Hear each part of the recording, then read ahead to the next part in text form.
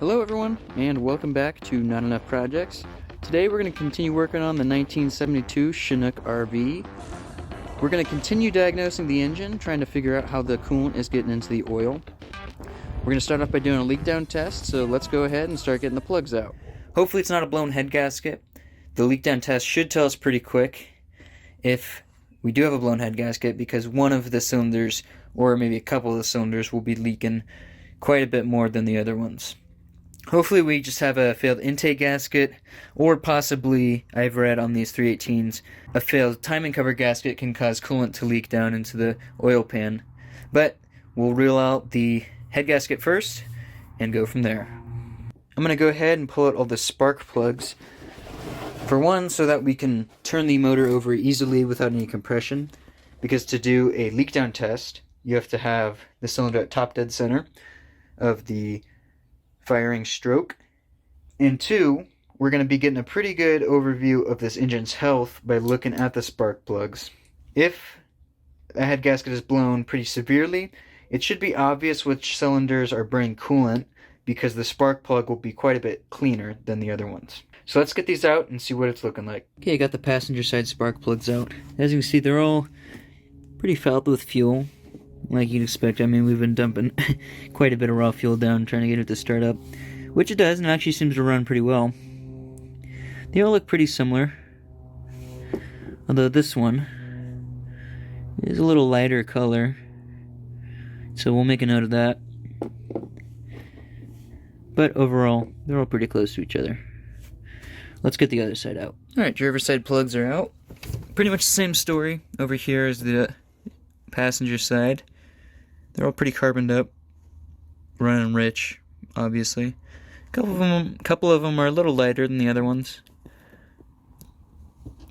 Nothing too crazy though.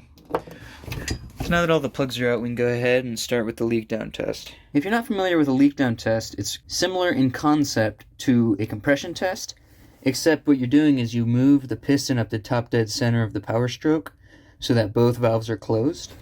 And then you thread in this air hose, which goes into this fitting, and you pressurize it with a air compressor. And these gauges show you both the pressure input from the air compressor and the amount of pressure lost, or the pressure retained inside the cylinder. Now the difference between these is the amount of leak down. Not only do the numbers help you get a pretty good rough estimate of the health of the engine, but you can also use the escaping air to diagnose issues such as what we're having. If we have some kind of a large head gasket leak, we're going to expect the pressure to be dropping into the coolant passages. So the cooling system is going to pressurize. If you have an engine where the rings are just totally shot, the pressure is going to leak back down into the crankcase. And if you pop the dipstick tube out, or you check the PCV valve or something like that, then it's going to have pressure coming out of it. You can also check for valve sealing. If your intake valves seal poorly, then you're going to experience air loss through the intake. In this case, we would notice air coming out of the carb. Now, if your exhaust valves have a poor seal, then you'll see air coming out of the exhaust. So it's a really powerful tool when you're diagnosing something like this. So let's get this hose threaded in. We're going to have to use this adapter to fit it to the larger thread, and then we can get everything hooked up.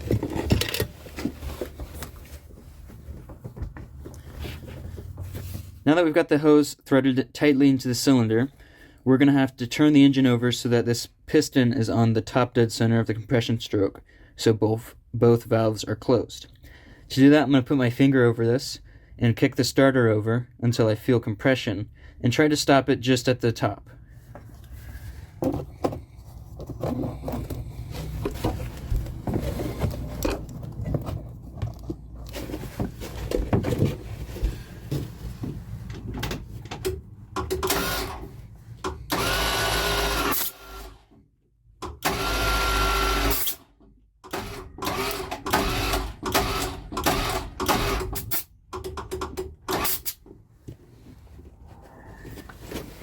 Okay, it should be right about there. So now let's get this hose hooked into the leak down tester. Now that we've got the hose both from the air compressor and the hose going to the cylinder hooked up, we'll start slowly turning up this regulator. You see the gauges are starting to move.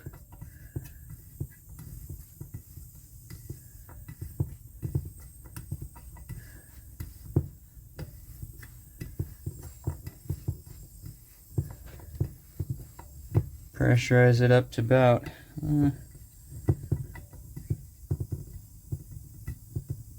say 90. Okay, that's not a bad reading. I'm going to go ahead and write that down in a notebook so that we can get a gauge of how all the cylinders compare to each other. Alright, so now I'm going to go around and just repeat the same exact process on all the cylinders. Try to find if one's leaking down more than the other. We'll come back to it and try to track down where that pressure is going. A little bit more leakage. And even a little bit more. Although I'm hearing a lot of it into the crankcase. So this may just be a little bit of a weaker cylinder.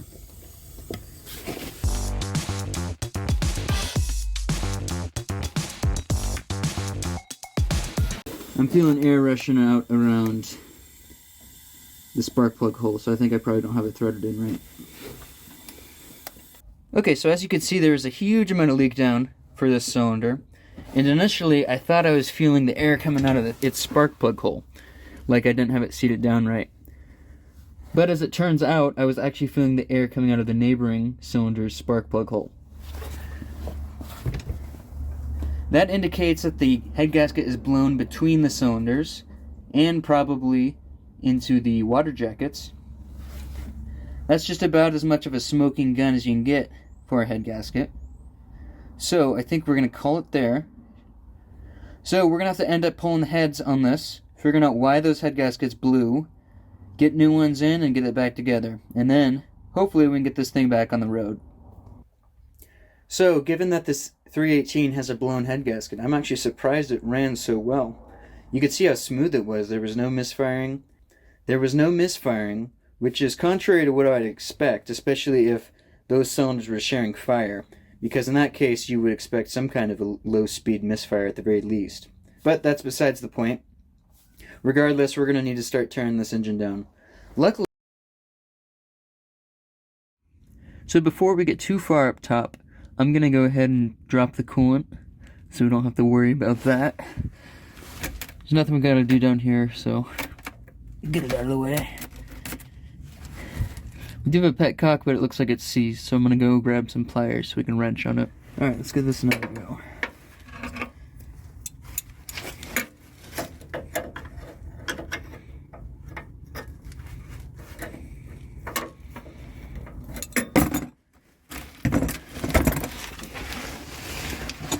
A little awkward with one hand.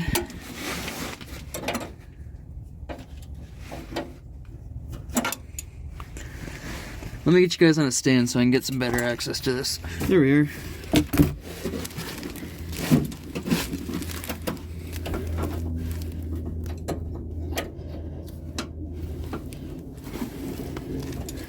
If you guys remember, I just put a bunch of used coolant I had laying around in here,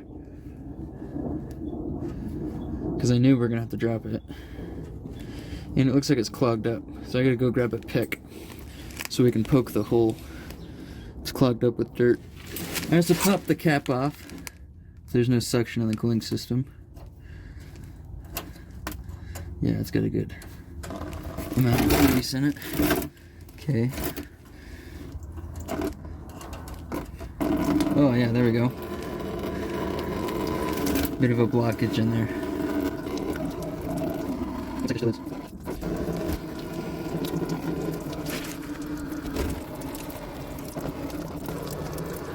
Gonna take a little while. I guess while that's going, we can go get started up top. As you can hear, the coolant's still going out.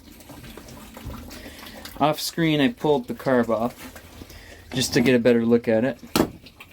I was gonna just do a rebuild kit on this, but the throttle shaft linkage has got a pretty good amount of wear.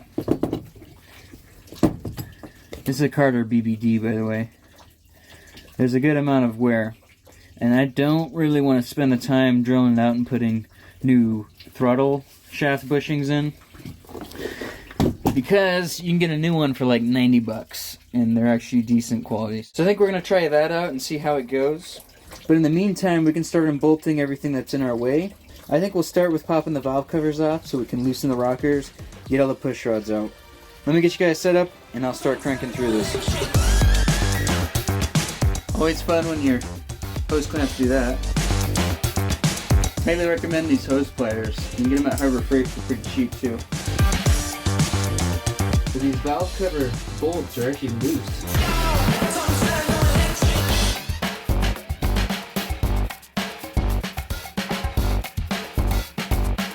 All the intake manifold bolts are out, so I'm gonna go grab the pry bar, see if we can get this lifted up and out of here.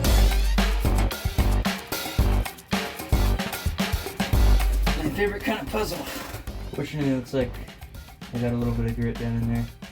We'll have to be really careful cleaning all that out.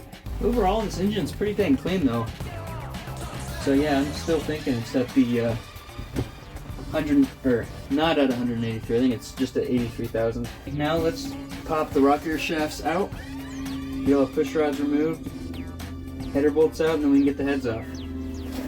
Looks like we might need to unbolt some of the accessories from the heads, but that won't be too big of a deal. I know some guys will keep push rods in order. I don't really see the point of it honestly, but hey, everybody's got their own thing. I just put them back in however they want to go in. Okay, now I think I'm gonna unbolt the headers. Then we can do the accessories that attach to the head. And at that point, the heads are ready to be taken off. So it looks like the driver's side actually has no bolts going into the head. But the passenger side, the alternator mount does go into the head. So I think if we just take off those two bolts, we should be good to go. It does look like this plate over here is bolted onto the head, so I'll pop that off too. But other than that, we should be good to go. I think we'll try to get to that other bolt once we get the head off. I'll go grab the socket for the head bolts, and then we should be good to go. Alright, so it's looking like to get to the lower head bolts, I'm going to have to yank the stud out in order to drop the header. I did try threading on two nuts, tightening them against each other to pull the stud out, but it's a little bit rusty and the threads aren't any good down lower, so I can't actually get two nuts on there. So I'm going to try using vice grips. We'll see if it works. If not, we're going to have to try to figure something else out. But it's out. Now we can get to the other head bolts. Hopefully.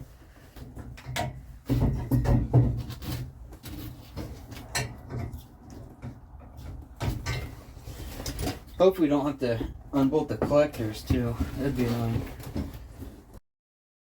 Well, it's looking like the headers might need to come out entirely. So I might have to hop down and unbolt the collectors before we get much farther. Luckily, it's nice and accessible. It's a 9/16.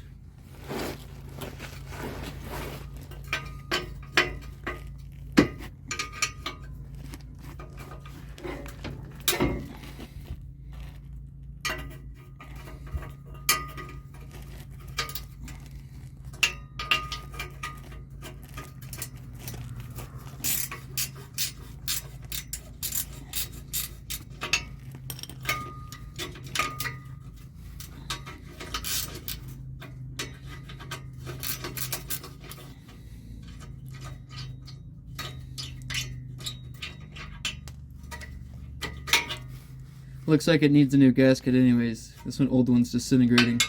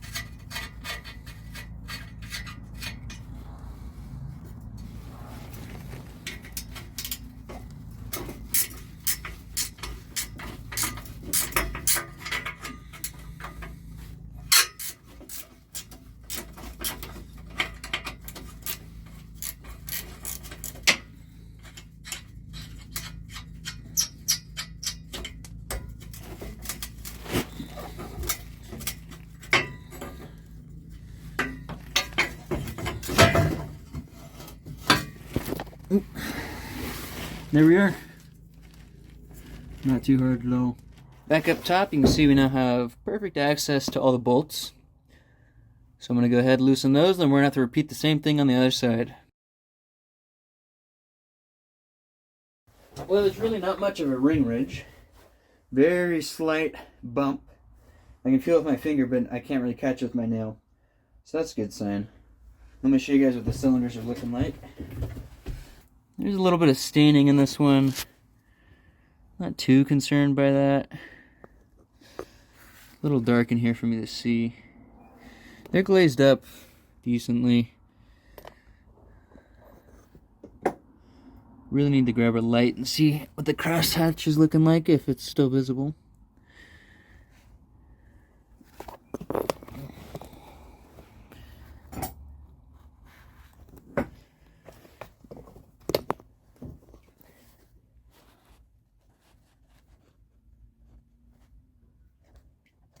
Yeah, there's just an ever so slight bump. Not really much of a ridge. So worst case, at least from what I'm seeing so far, this engine would still clean up with a hone, it's looking like. As far as head gasket failure goes, it is looking like these two cylinders are also sharing fire. Because if you look at these fire rings, they're a nice silver color. This one's all carboned up. Let me zoom in on that. So I'm wondering if this was overheated and the cylinder has warped. And they usually will warp the worst right in the middle here. So these two cylinders will share fire.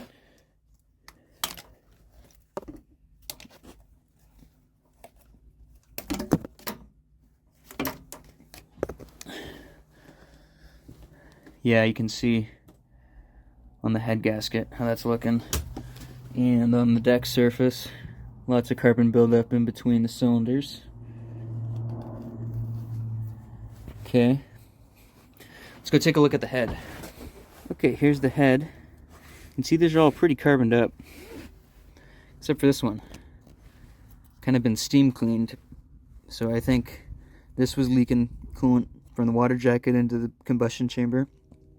That's why the valve looks different. Let's see, that would be cylinder, would be the third from the front. Let's go look at that cylinder. Well, that cylinder's actually up all the way. The piston's actually pretty carboned up, about the same as the other one, so maybe it wasn't actually burning much coolant, but I think there was definitely some leaking in. Well, now we just need to get this bank off, and then we can get a total picture of what we're dealing with. Okay, let's get this collector off. You can see what's going on over here.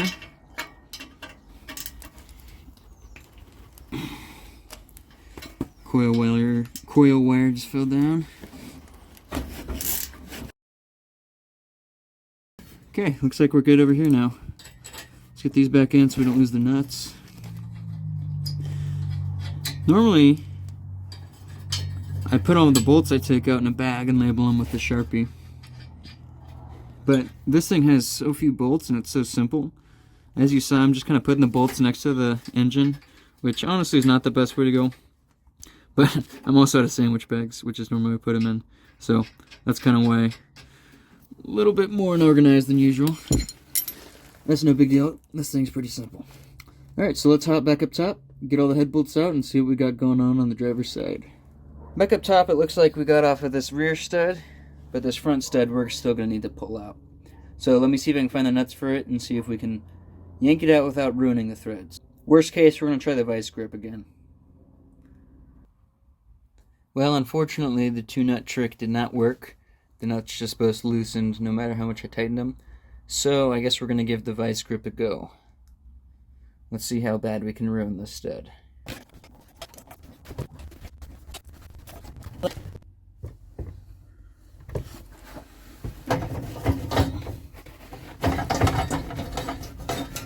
Guess I should have tried this first, huh?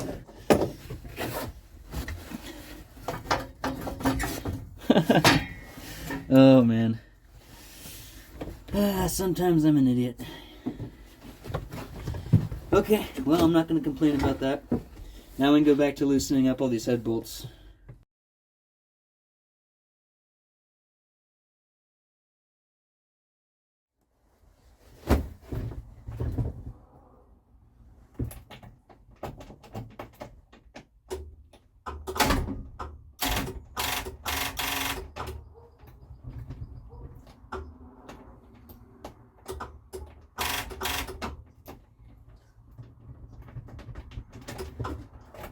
Hoping I could turn it over and get most of the coolant out, but that's okay.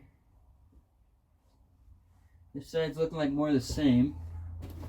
Now I am thinking that the heads are warped. Let me show you why.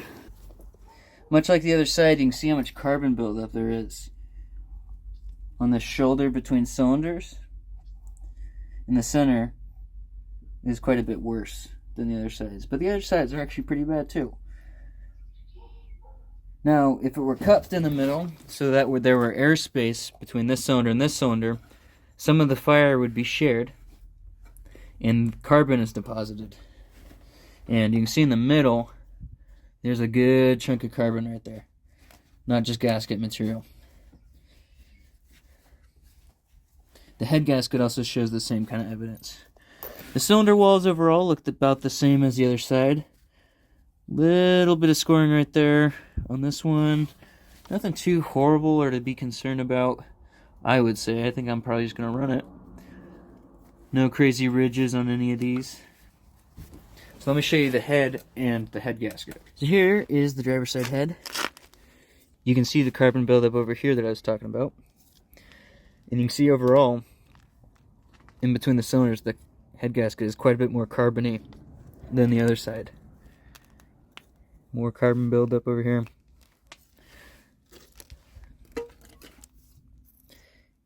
And a significant amount over here. You can see on the fire ring sealing surface, right before the firing ring, there's a ton of carbon buildup right here compared to the other side.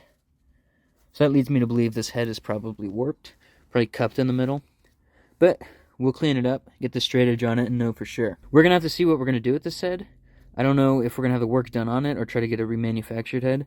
I'll have to check the guides and whatnot. But no matter what we're going to do, we'll get this cleaned off, get a straight edge on it, and see where we need to go from here. As you can see, it's really not that bad of a job to pull the head on something like this. Even in the car, it's not too bad.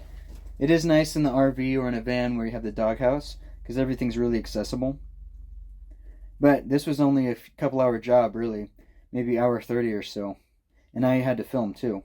The biggest time suck in a project like this is cleaning, and that's the next step. So if it's nice tomorrow, I'll be pressure washing the heads, start scraping the gasket material off, give it a quick pass with some sandpaper or Scotch-Brite on the sealing surface. Then we can check the flatness of the cylinder heads, and we'll pop all the valves out and see how the guides are looking.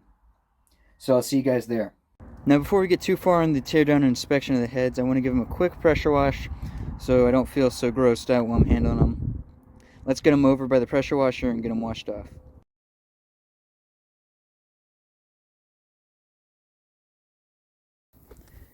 Alright, I'm pretty happy with how clean we got them. The intake especially had a lot of nastiness flying off of it. Got all that mouse nest and who knows what that built up over the years off. Now I'm going to dry these up as best I can with the blowgun. Spray them down with some WD probably, and then we'll get them up on the bench and see what we got going on. Okay, so now that we got the heads mostly cleaned up, I got them up on the bench so we can start tearing down and inspecting them. Now the first thing I'm going to do is just lay a straight edge across the top of the valves to see if we got any sunken seats or any weirdness going on top of the valves. I did notice this valve looks like the top might be a little bit mushroomed. You can see how it's got jagged edges compared to the nice chamfered edges of the other valves. This one's got a little bit of that going on too. Compare that to this one. Nice chamfer. So that's probably going to be an issue. So it's possible we're going to need to be putting in a number of new valves in this. Depending on what all it needs, it may end up being most cost effective to just try to get a reman head through our machine shop. The next thing I'm going to do before popping the valves out is just clean up the deck surface really quick, get the straight edge on it, and see if we have any warpage.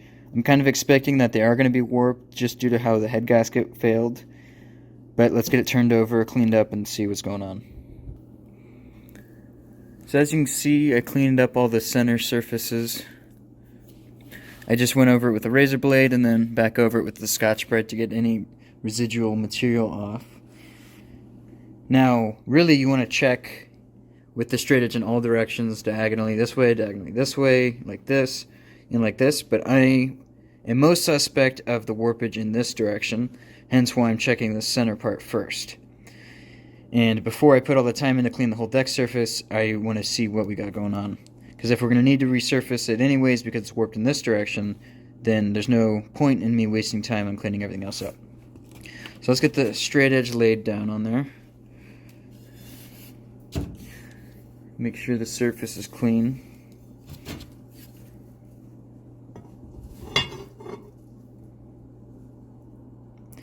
Now, generally the rule of thumb is 1/1000th of warpage per cylinder. So on a V8 head like this, 4/1000ths is the service limit. Another good test is to see how much light you can see under the straight edge. And as you can see, there's a fair amount of light visible between the head and the straight edge. So let's get the feeler gauge. You can see I've got a 4/1000 feeler gauge here. And it goes under very easily. Just like I suspected, this head's likely warped. Let's move the straight edge around just to make sure we don't have any grime under it. That's hindering our measurement. Still no problem going under. Let's check these other ones. It's a little tighter, but it's still definitely around, right around a 4/1000 warpage, even on these outer parts. So as you can see, this head is pretty severely warped. This is not going to seal right, and that's why it blew. It probably ran out of coolant due to a leak, overheated, blew the head gasket, something along those lines. So at the very least, these heads are going to need shaved down. But going back to the mushroomed valve tips that I noticed earlier, it's likely it's going to need a new set of valves. But once we get all the springs off and the valves out, we'll be able to get a better idea. Let's switch gears to the other head and see if we got the same issue going on. Alright, I did the same quick clean over here on this other head. Let's get the straight edge laid on here. See what it's looking like. Oh yeah, lots of light. Let's get the feeler gauge.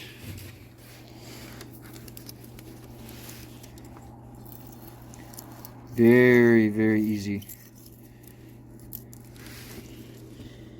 You can even see light between the feeler gauge and the straight edge. Not a good sign. This head's definitely a fair bit more warped than the other one. Look how easy it goes in over here, even farther away from the center. So we just confirmed our suspicions. The heads are warped. That's why the head gaskets were leaking in between cylinders. During the leak down test, we could feel air pressure leaking from one cylinder to the other.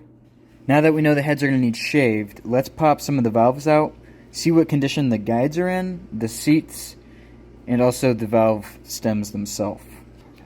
Now when removing your valves, you can use a valve spring compressor, which I have, one of those big C-arm clamps that clamp down, compress the valve so you can get to the keepers.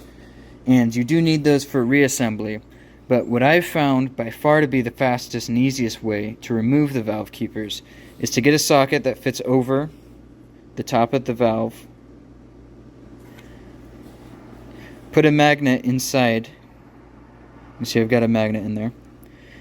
And I've also got a paper towel in the chamber, the combustion chamber, so that the valve is a little cushioned. And then you get a hammer, you hit on the top of the socket, which pushes the valve spring down. The valve is stopped by the paper towel.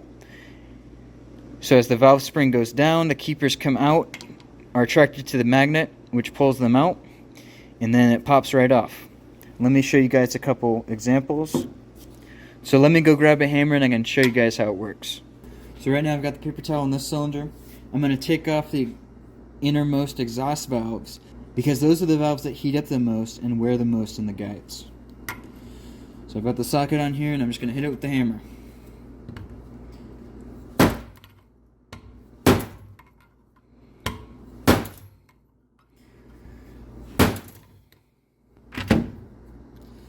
Sometimes you got to do it a few times, reposition the magnet.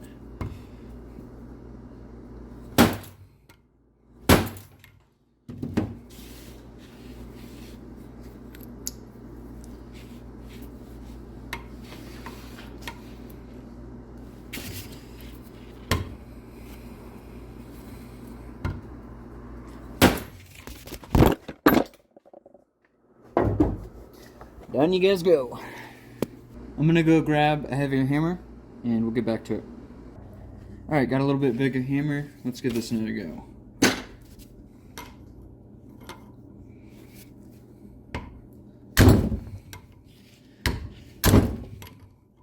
Almost. There's one.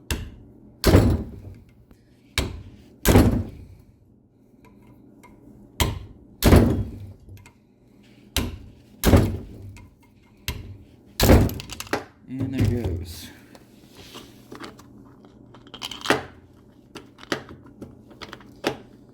First, drop that down. As you can see, the keepers are in here. Just pull them out. Set them aside. There's the spring. Here's our umbrella seal. It's pretty solid.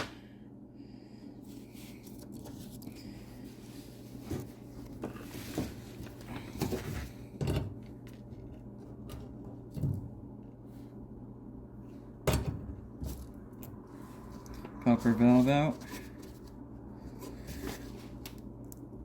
Ooh, yeah, those guides feel pretty dang loose.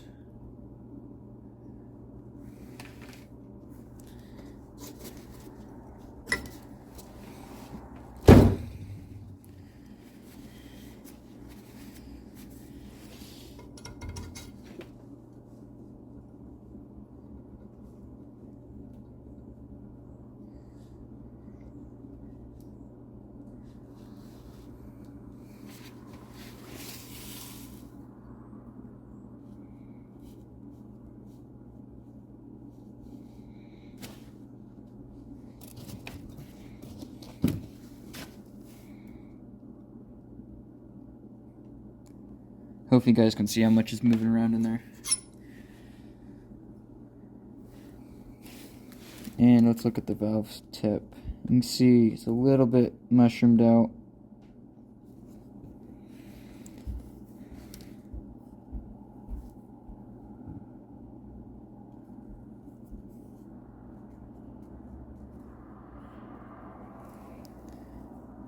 Some pitting. Really not that bad though, surprisingly. Although it might be covered in carbon. It's hard to say. One old school way to check your valve guides is to make sure everything's completely dry of oil and whatnot. So I'm using brake clean. Then you get your guide nice and clean.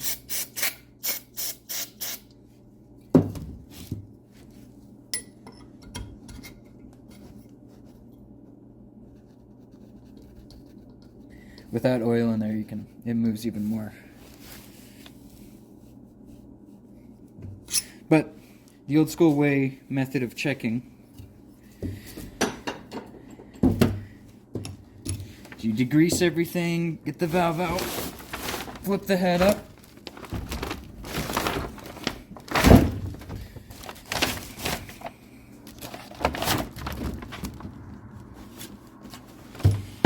then you stick your valve in here, you put your finger on the top of the guide, and you pull it out, and if it makes a pop like that, pull suction, then it's probably good. But this one I can tell you just from feeling, it's a very light vacuum.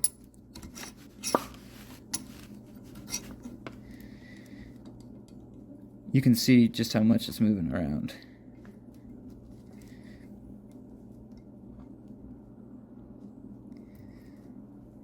So you could probably get away with just doing a quick lap on these valves, shaving the head down so it's flat, and just sending it. But given that we're in here and that I want this to be a nice reliable motor, we're probably going to end up doing all the work on this head, or maybe if it's cheaper, just going for a reman unit. Because you can see just how loose those guides are. It's also probable I didn't get all that oil out, and that could be aiding in the seal.